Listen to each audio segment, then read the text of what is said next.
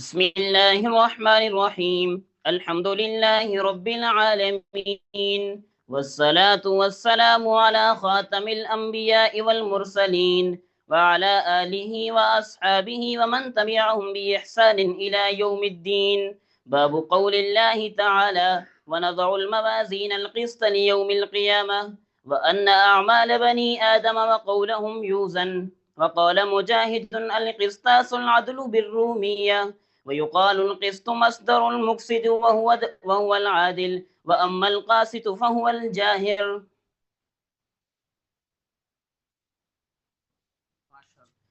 قال أخبرنا الشيخ المفخم المكرم المبجل المصنف المتكلم المشتهر بين العلماء والعقلاء، سيدنا ومولانا وأستاذنا محمد إلياس غمن حفظه الله تعالى. اللهم ارفعنا وانفعنا بعلومكم وبركاتكم، آمين يا رب العالمين. عن الشيخ المحدث الكبير نذير أحمد رحمه الله تعالى، عن الشيخ خير محمد الجالندري رحمه الله تعالى، عن الشيخ محمد ياسين السرهندي رحمه الله تعالى، عن شيخ الهند محمود حسن الديوبندي رحمه الله تعالى،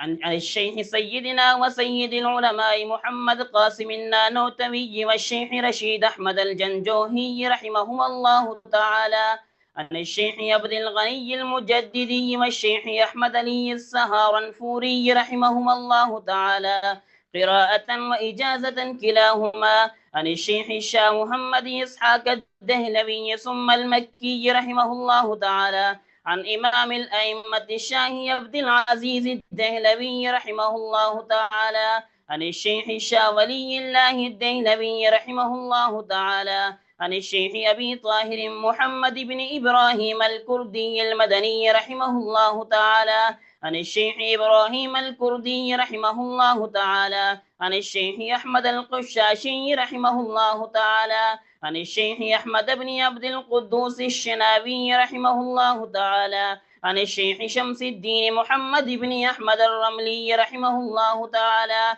عن شيخ الإسلام زين الدين زكريا بن محمد الأنصاري رحمه الله تعالى، عن الشيخ الحافظ أحمد بن علي بن حجر العسقلاني رحمه الله تعالى، عن الشيخ إبراهيم بن أحمد التنوخي رحمه الله تعالى، عن الشيخ أبي العباس أحمد بن أبي طالب الحجار رحمه الله تعالى، عن الشيخ سراج الدين الحسين بن عبد المبارك الزبيدي رحمه الله تعالى، عن الشيخ أبي المكي عبد الأول بن عيسى بن شعيب السجزي الهروي رحمه الله تعالى، عن الشيخ أبي الحسن عبد الرحمن بن مظفر الداودي رحمه الله تعالى، عن الشيخ أبي محمد عبد الله بن أحمد السرخسي رحمه الله تعالى، عن الشيخ أبي عبد الله محمد بن يوسف الفربري رحمه الله تعالى، عن أمير المؤمنين في الحديث أبي عبد الله محمد بن إسماعيل بن إبراهيم البخاري رحمه الله تعالى عنه قال: